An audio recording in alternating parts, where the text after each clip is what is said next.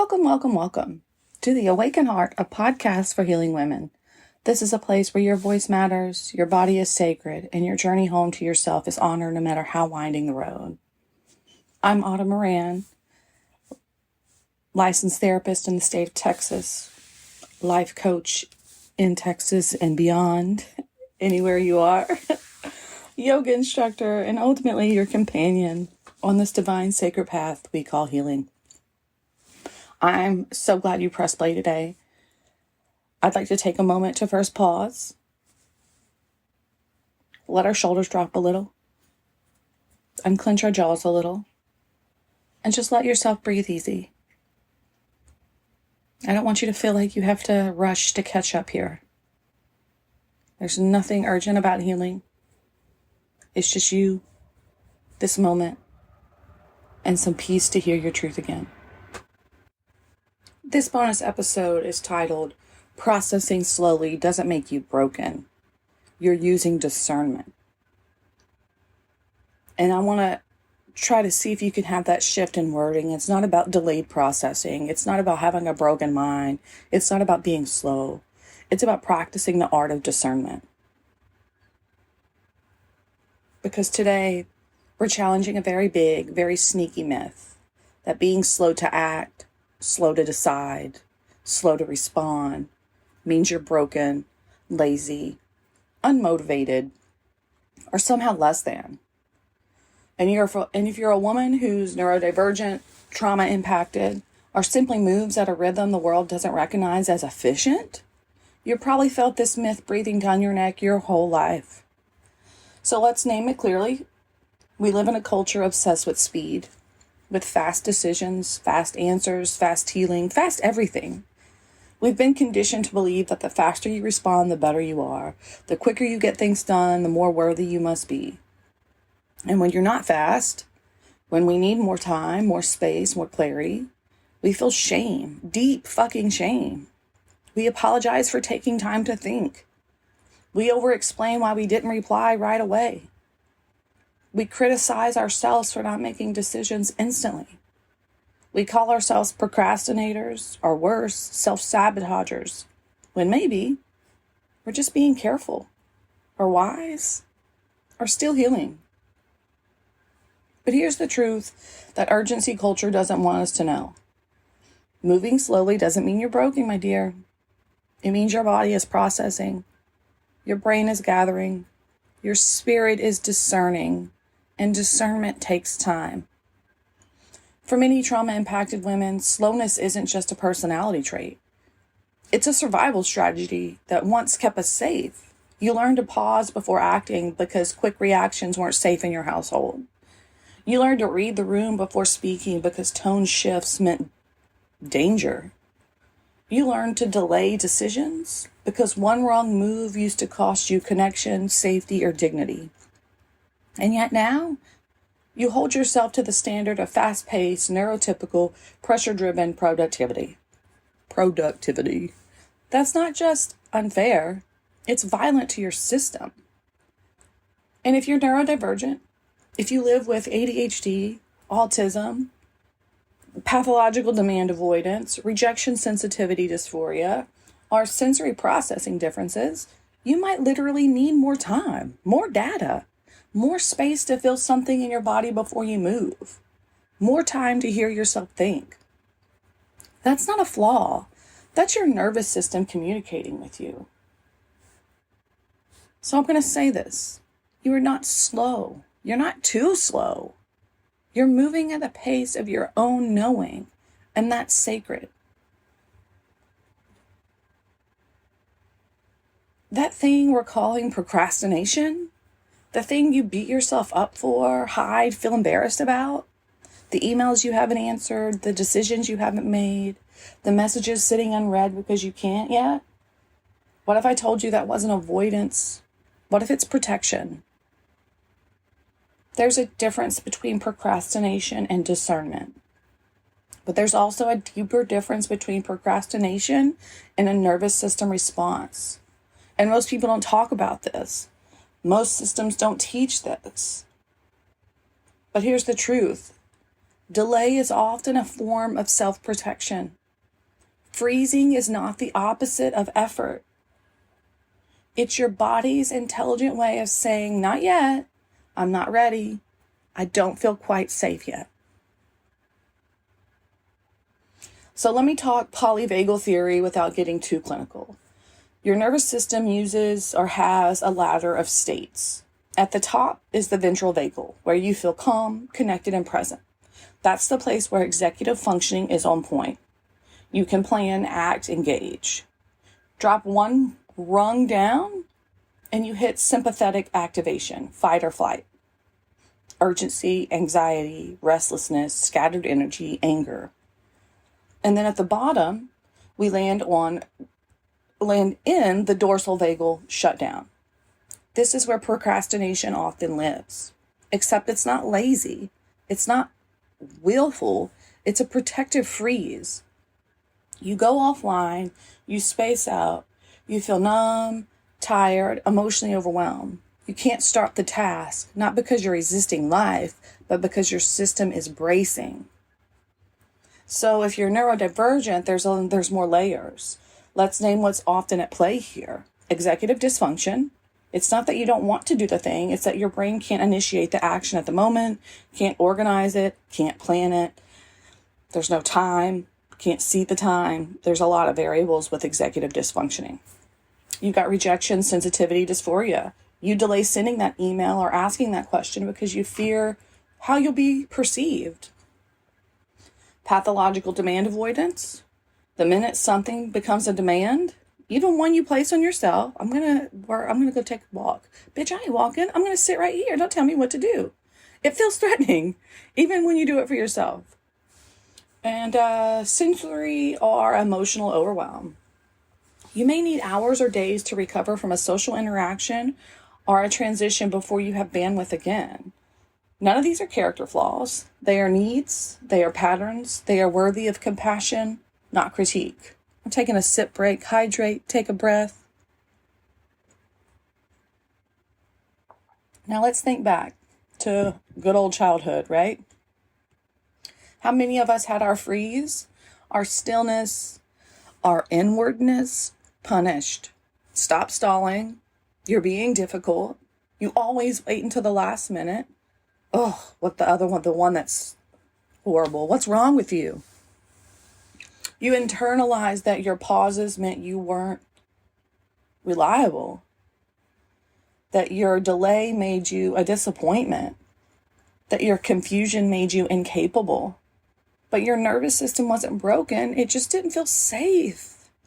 And even now, so many of us are trying to move through life like nothing ever happened. Like our bodies didn't learn how to fawn, freeze, or disappear to survive. Like we should be able to flip a switch and suddenly, quote unquote, function the way the world wants. But survival strategies don't vanish just because you want them to. They soften with understanding, with nervous system repair, with practice, not pressure. Less pressure. So what if instead of saying, why can't I just do this? Maybe say something like, my body is asking me to slow down. I wonder what it needs. What's going on? Maybe I'm waiting because the decision doesn't feel aligned yet. I don't have all the information. It doesn't feel quite right in my gut, in my heart, in my mind. Maybe I'm not lazy. I'm cautious. I'm discerning. I'm healing. I'm taking the time to make an appropriate choice with all the information that I have. In cognitive processing therapy, we explore stuck points, the beliefs that get hardwired after trauma that keep you stuck, beliefs about yourself, others, and the world. So one common stuck point could be, if I can't respond quickly, I'm a failure. So let's challenge that. Slowness is not failure. Needing more time is not sabotage. Protection is not the enemy. And even if you did delay because you were scared, that fear was rooted in wisdom. You were keeping yourself safe the only way your system knew how. So it's not necessarily that you're a failure because you're not quick to respond. You can reword that with the evidence that shows quite the contrary, is that my responses are educated responses. They are done with discernment, with the best for me in mind. So no, you're not procrastinating, you're protecting. And maybe, just maybe, you're still learning that protection doesn't always mean freeze. That sometimes protection means choice, discernment, honoring your own nervous system, your own timeline, your own rhythm. I'm going to take another hydration break. It's warm coffee, so I don't want it to get cold, damn it. Take a hydration break, take a stretch break. Take a deep breath if you need it. Relax the shoulders, relax the jaws. And I'm not here for ads. I don't really want to do ads at any time. But while we're in the middle of this, I'd like to say, if you're listening to this and you're thinking, this is what I've been needing, I want to know more, give me more. I want you to know that I offer virtual sessions for women just like you, as well as discernment counseling for couples on the brink in the state of Texas. Whether you're working through trauma, trying to find your way back to yourself, or sitting in that in-between place in your relationship, I hold space for all that. You can check out my Linktree to request a free 15-minute consultation. Okay, there's my ad. I don't know how it will settle. If you hate it, please send me a message. If you want me to stay on topic and not do anything, I will go back to not advertising. But here we go. Jumping back in, take your last sip. Let's go. Let's exhale a little deeper.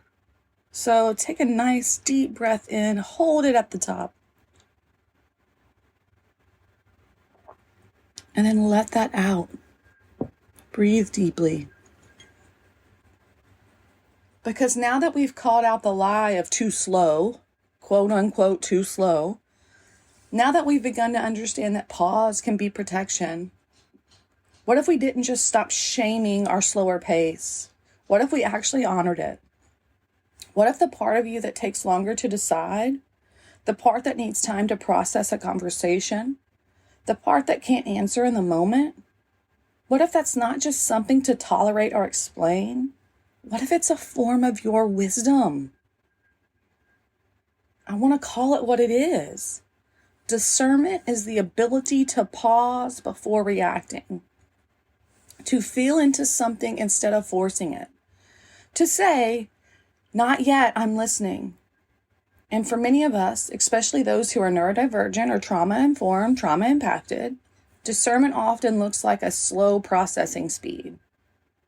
But what's happening inside is rich. It's layered. It's full of depth. We're not behind. We're sensing. So let's use some examples. Let's break this down into workplace, relationships, and your daily life, how this may show up. Maybe you're in a team meeting at work and someone brings up a new strategy. Everyone is nodding, chiming in, and brainstorming. You, on the other hand, feel your brain go quiet. You need a moment or a night or a week. You walk away from the meeting unsure how you'll contribute. But then, on a walk or in the shower or after a good night's sleep, your insight clicks into place. And it's not rushed. It's not reactive. It's exactly what the conversation needed. That's not procrastination. That's how your brain synthesizes. That's discernment. How about if a friend asks you for feedback on something that feels emotionally charged? You feel your heart race. You want to say the right thing, but nothing feels true. So you say, can I take time to think about this and get back to you? You step away, you breathe. You sort out what's your fear, what's your pattern, and what's your truth. And when you return, you're grounded, you're honest, you're clear. That's not avoidance. That's relational integrity. That's discernment.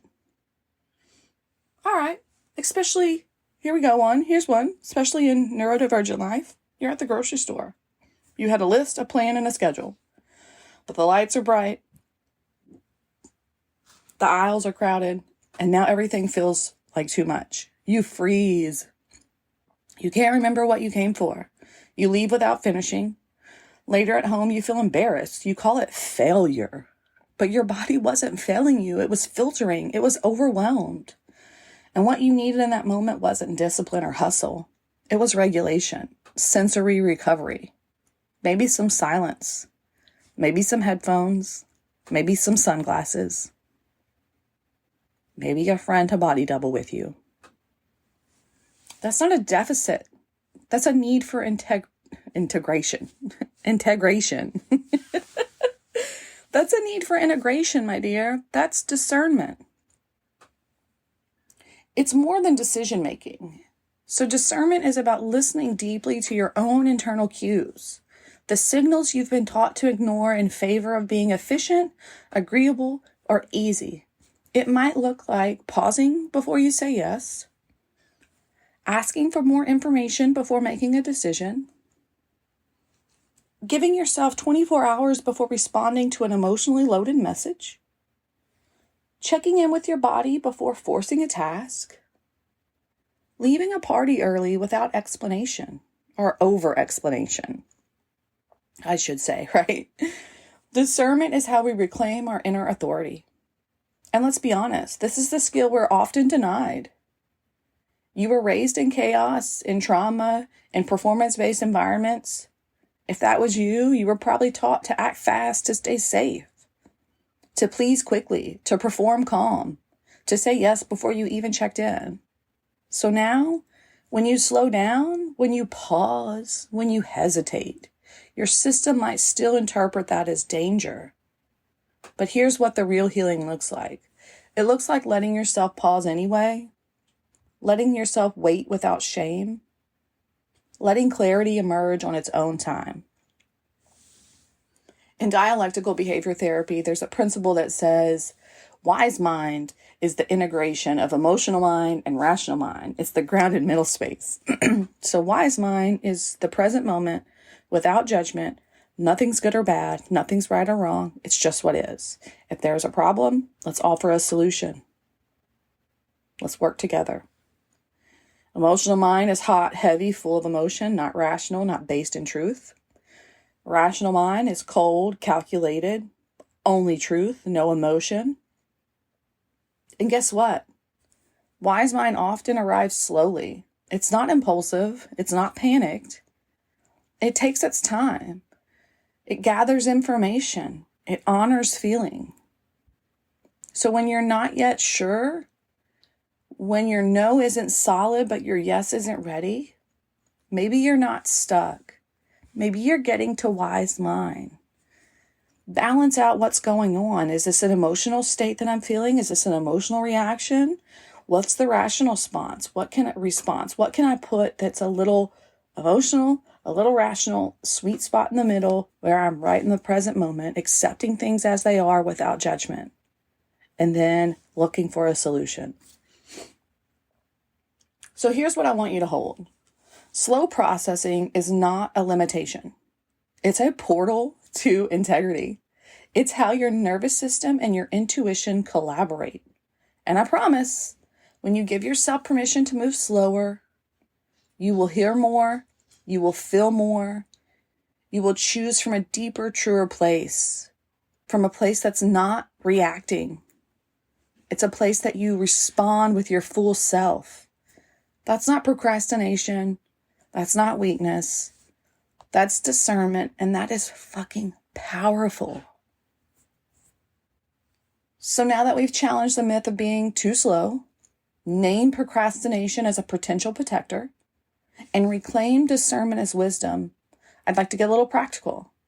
Because honoring your pace isn't just a mindset shift, it's also a practice, a skill set. It requires tools you can reach for when shame creeps in, when urgency demands a quick answer, when you feel like disappearing because your pace feels unacceptable. Let's talk about those tools. We're going to draw from CPT, cognitive processing therapy, DBT, dialectical behavior therapy, some somatic principles, and the lived wisdom of healing women. So first up, let's do CPT. Name the belief and then reframe the belief. So, like I spoke about the stuck points before, beliefs you formed about yourself, others, and the world that you formed during your survival that no longer serves you. If I take too long, people will think I'm incompetent. Here's a new way to reframe it. My timing doesn't define my worth. Clarity matters more than speed. Or, I should be able to respond immediately. No. Here's a good reframe. Sometimes waiting is responding wisely. I deserve to feel safe before I act. Repeat these, write them down, post them. My timing doesn't define my worth. Clarity matters more than speed. Sometimes waiting is responding wisely. I deserve to feel safe before I act. This isn't toxic positivity. It's liberating your nervous system from outdated fear maps. You don't owe anyone a perfect explanation, but offering language helps create safety for you and others. So here's some things that you could say to kind of bridge the gap between response and silence, or response and request. I need a little time to think before I respond. I want to be thoughtful. I don't have clarity yet, but I'll check back in soon. I tend to process things a little slower, and that's what helps me stay grounded.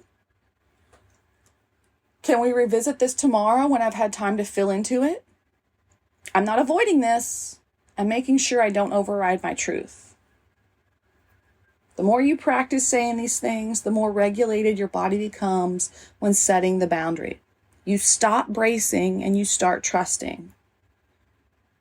So just grab one of those. I need a little more time to think before I respond. I want to be thoughtful.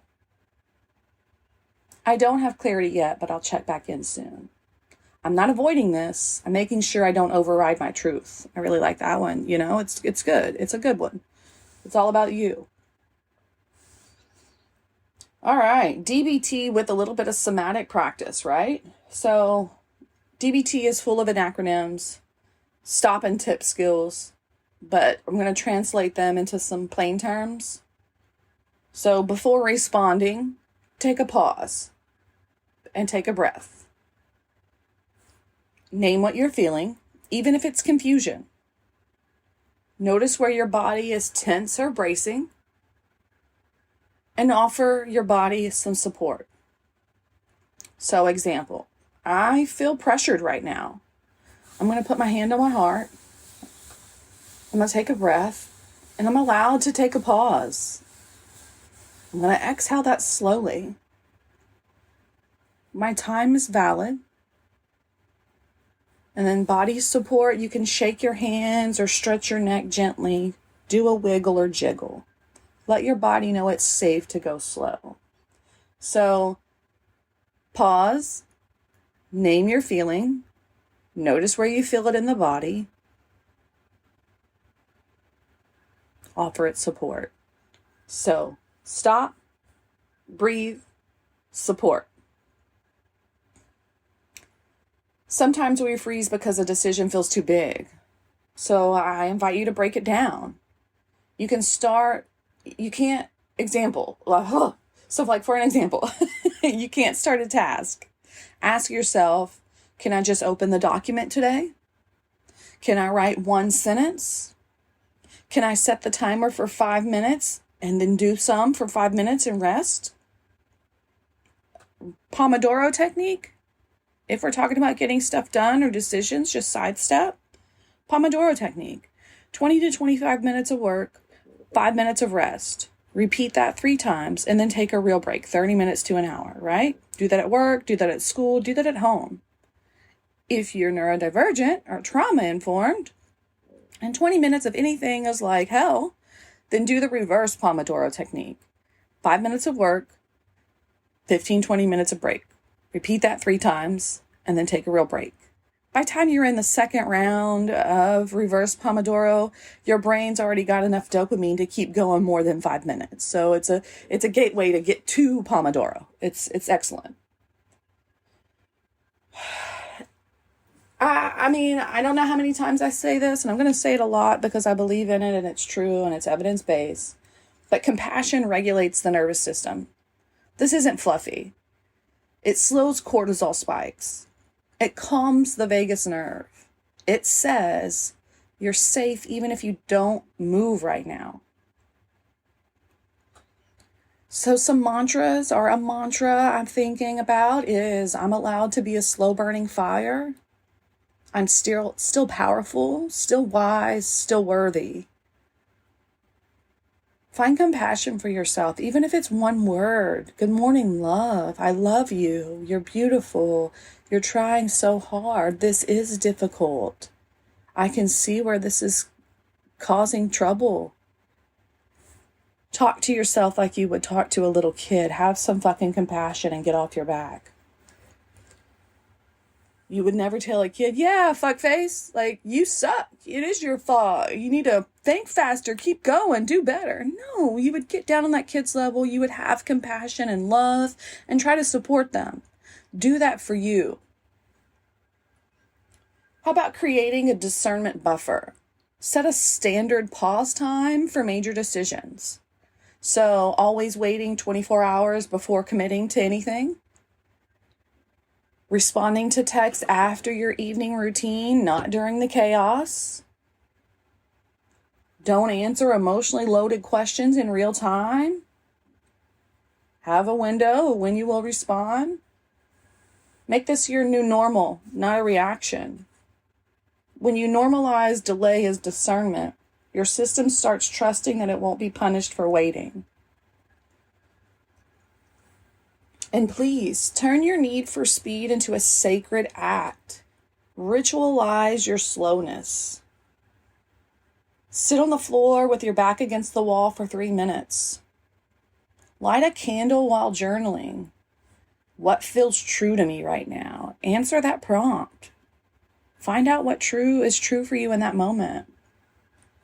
Set a timer for a music-only break before responding to anything. Put on a good, badass song.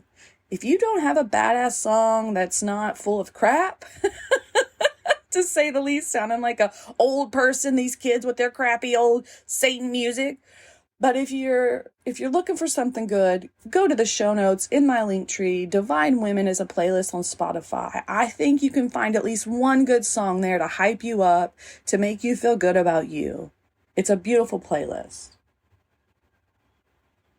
Create a decision altar, a small space where you breathe, reflect, and honor your voice. Carve out a space for you to just sit and be and discern. Discernment becomes holy when you stop apologizing for it. You don't need to earn the right to slow down. You don't need permission to be thoughtful, deep, or tender in your decision. You get to honor your pace every day without apology.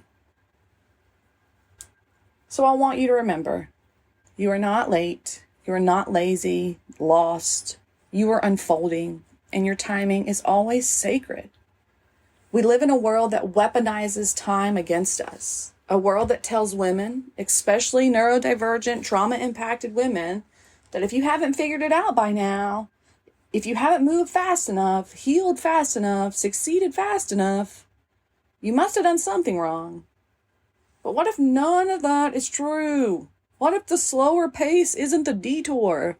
What if it's the exact way our healing was always meant to be? The truth is, healing rewrites your relationship with time. Because trauma compressed time. Everything was and could still be urgent. You've had to act fast to stay safe.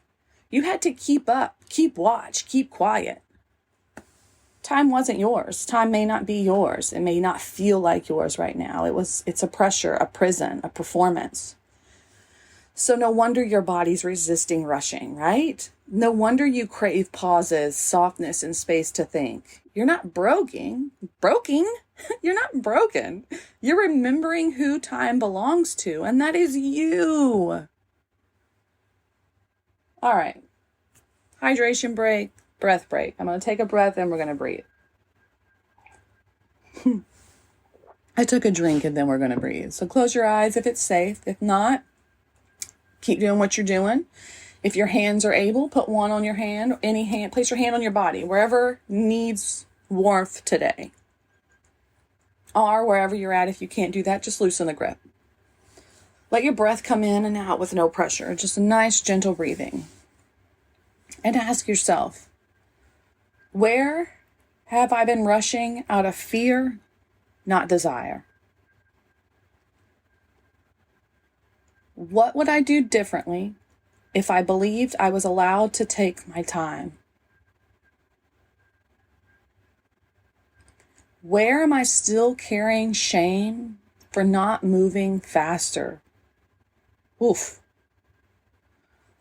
What does it feel like in my body to move at my natural rhythm?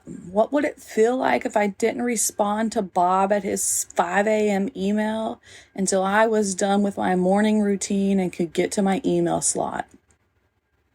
What would that feel like? How much freeing would that be instead of responding to Bob and his emergencies?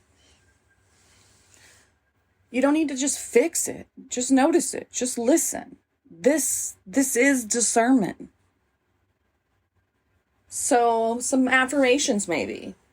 My timing is valid. I move when I'm ready, not when I'm pressured. I'm not behind. I am becoming. My timing is valid. If you take nothing else from this episode, I'd like for it to be this. You don't have to earn your right to go slow. You don't have to prove your worth through productivity. You don't have to match a timeline that was never designed with your body and mind. You are allowed to pause, to take your time, to answer when ready, to speak when steady, to move when you feel it in your bones, not when the world says now. Your discernment is not a delay. It is direction, it's depth, it's wisdom in motion. So the next time someone calls you slow or comments on your delayed processing speed, you might just smile and say, no, I'm just listening longer than you. And that's not a flaw. That's freedom. I hope you found some nuggets here today. Ultimately, you're not behind. Be true to yourself, and honor the art of discernment, because we live in a society, like I've said so much in this episode, that wants you to figure it out now, yesterday, 2 days ago, before you were even born. You should have had your house built and paid for, so it's kind of like, slow it the fuck down. Give yourself a chance to discern what is right, what is wrong, what is good, what is bad for you. All right, that's it. I'm wrapping it up. Thank you so much for being here with me today. If this episode stirred something in you, a memory, a truth, or even a question, if you want to go deeper into this, I'd love to hear about it. Message me in the show notes or on Instagram at the Awakened Heart Pod and let me know what came up. And if you're craving more support for a healing journey, head to my Linktree, that Spotify playlist I mentioned, and some more goodies. If you want to work with me one-on-one, fill out a consultation form. We'll meet for 15 minutes and see if it's a good fit. See what we can do. And please don't forget to follow. Don't forget to share this episode with someone who you think needs it or who is going through it. And please take what you need and always leave the rest. Until next time, my dears, may you be happy and free. May each of our journeys bless the world with happiness and freedom. Take care of you, and I'll see you soon.